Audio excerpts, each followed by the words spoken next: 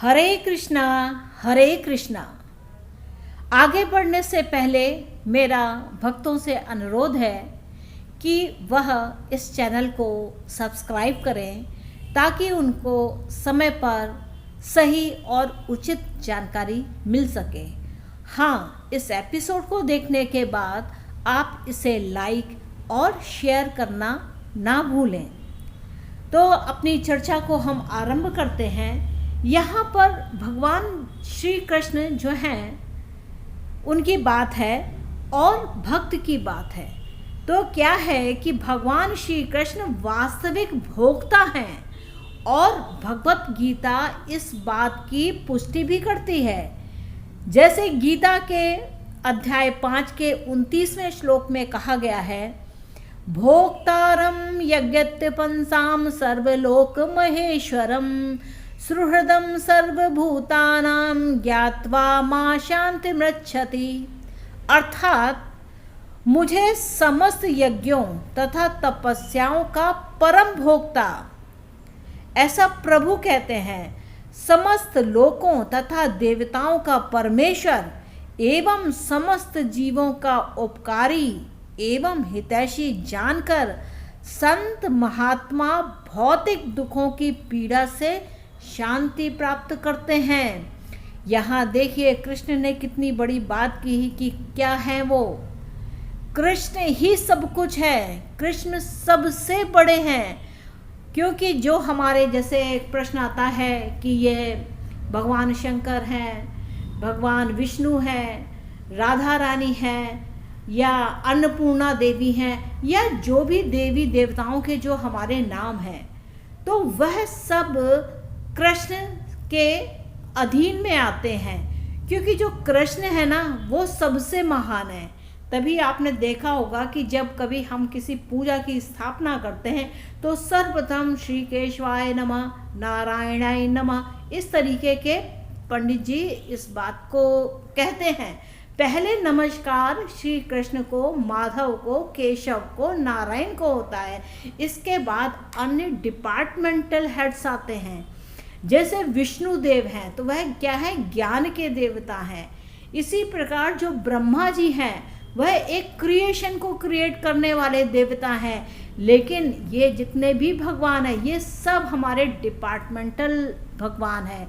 यानी कि डिपार्टमेंट के हिसाब से इन भगवानों को नाम दिया गया है, उसका श्रेय दिया गया है, उस हिसाब से उसकी पूजा और अर्चना की जाती। जब हम किसी विशेष प्रकार के फल को पाने की आकांक्षा के साथ हम उसका विधि विधान से पूजन अर्चन करने के बाद उसको प्राप्त करने का प्रयास करते हैं।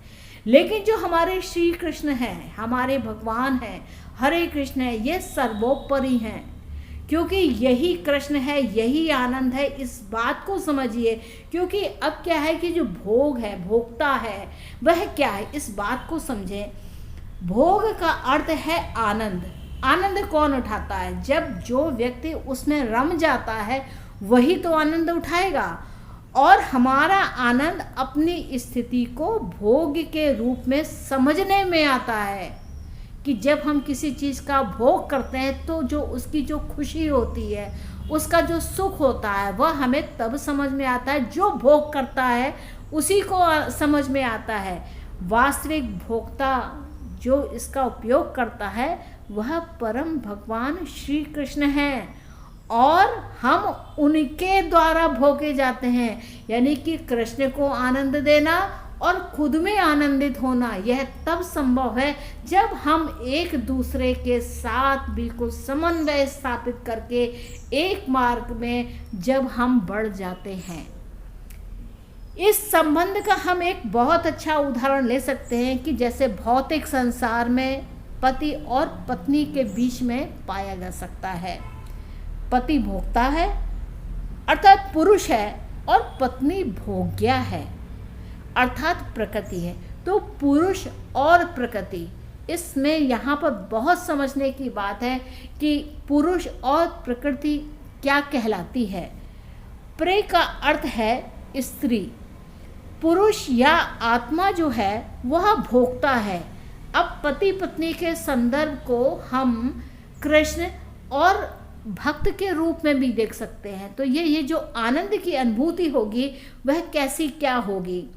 पुरुष या आत्मा भोगता है और प्रकृति भोग का विषय है, इसे समझो। किंतु आनंद पति और पत्नी दोनों ही लेते हैं, इस बात को भी समझें। जब वास्तव में आनंद होता है तब ऐसी कोई भिन्नता नहीं रहती कि पति अधिक आनंद ले रहा है या पत्नी कम आनंद ले रही है। यद्यपि पुरुष से भोगने वाला है और स्त्री भोग्या है, परंतु जब आनंद आता है तब कोई भिन्नता नहीं रहती। और व्यापक दृष्टि से देखने में कि कोई भी जीव भोगता नहीं है। और भोगता कौन है? भोगता प्रभु हैं, श्री कृष्ण हैं। वही इस आनंद को दिला रहे हैं, वही इसी आनंद को पाने का प्रयास करने के लिए आप सबसे भी कह रहे हैं।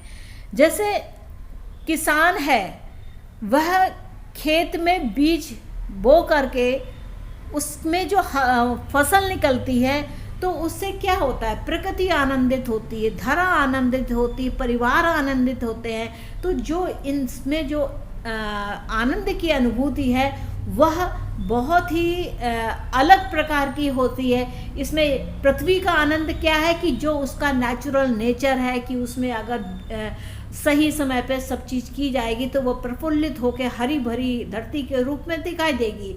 वही जो कृष्ण का आनंद है, यानी कि भोक्ता का जो आनंद है, वह आनंद क्या है कि उसने देखा कि मैंने इतना सब किया, ये सब करने के बाद इस तरीके से फसल लहलहाती हुई हो रही है जिससे मेरा परिवार खुश हो रहा है। तो ये एक जो प्रकृति का जो आनंद है, प्रकृति एक भोग्या के रूप में है और जो भगवान हैं वह भोक्ता के रूप में है। तो ये हमें अपने भगवान को आनंद देने के लिए उनकी भोग की वस्तु को बनना है, यानी कि उनके नाम का जप करते हुए, उनकी तरह काम करते हुए, उनकी तरह हम आनंद को फैलाते हुए अगर रहते हैं इस धरती पर तो महान आनंद होता है। भगवान अनेक अंशों में विस्तरित हुए हैं और हम उन्हीं में से एक अंश हैं। भगवान एक और अद्वितीय हैं, परंतु उन्होंने आनंद की अनुभूति के लिए अनेक रूपों में विस्तारित होने की इच्छा की है। यदि कमरे में 5 व्यक्ति उपस्थित हों तो हमारा आनंद और बढ़ जाता है, और यदि हम अनेक व्यक्तियों के साथ भगवान कृष्ण की चर्चा कर सकें तो हमारा आनंद और भी बढ़ जाता है। आनंद का अर्थ है विविधता। भगवान अपने आनंद के लिए अनेक में विस्तरित हुए और इस प्रकार हमारी स्थिति उन्हें आनंद देने वाले की है, यानी कि आनंद दे, आनंदित करें, आनंदित होवे। श्री कृष्ण हरे कृष्णा हरे कृष्णा हरे कृष्णा। यदि हमारा वैधानिक स्वरूप और यही हमारे सृजन होने का उद्देश्य है तो आनंद का भोक्ता और भोग्य दोनों ही चेतना युक्त है, परंतु भोग्य की चेतना भोक्ता की चेतना के अधीनस्थ है। समझने वाली बात है कि भोग्य की चेतना यानी कि हम जो भक्तगण हैं या हम जो ऐसी विचारधारा रखते हैं, भोक्ता अर्थात श्री कृष्ण की चेतना के अधीनस्थ हैं। यद्यपि कृष्ण भोक्ता हैं और हम भोग्य हैं, तथापि इस आनंद में प्रत्येक व्यक्ति बराबरी से सहभागी बन सकता है। हमारा आनंद तब पूर्ण बन सकता है जब हम भगवान के आनंद में सहयोग दें। हरे कृष्णा हरे कृष्णा। अब अपने विषय को यहीं पर विश्राम देते हैं, आगे हमारी यह चर्चा जारी रहेगी। और मेरा एक और भी चैनल है एस्ट्रो टॉकीज़ के नाम से, जिसे आप भी देख सकते हैं। उसमें ज्योतिषी आधार है हर चीज़ का, उसमें बात होती है, चर्चा होती है, विषय होते हैं जो ज्योतिषी विश्लेषण के पर आधारित होते हैं।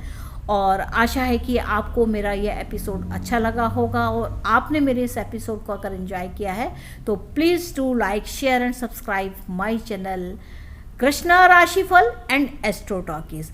धन्यवाद। हरे कृष्णा हरे कृष्णा।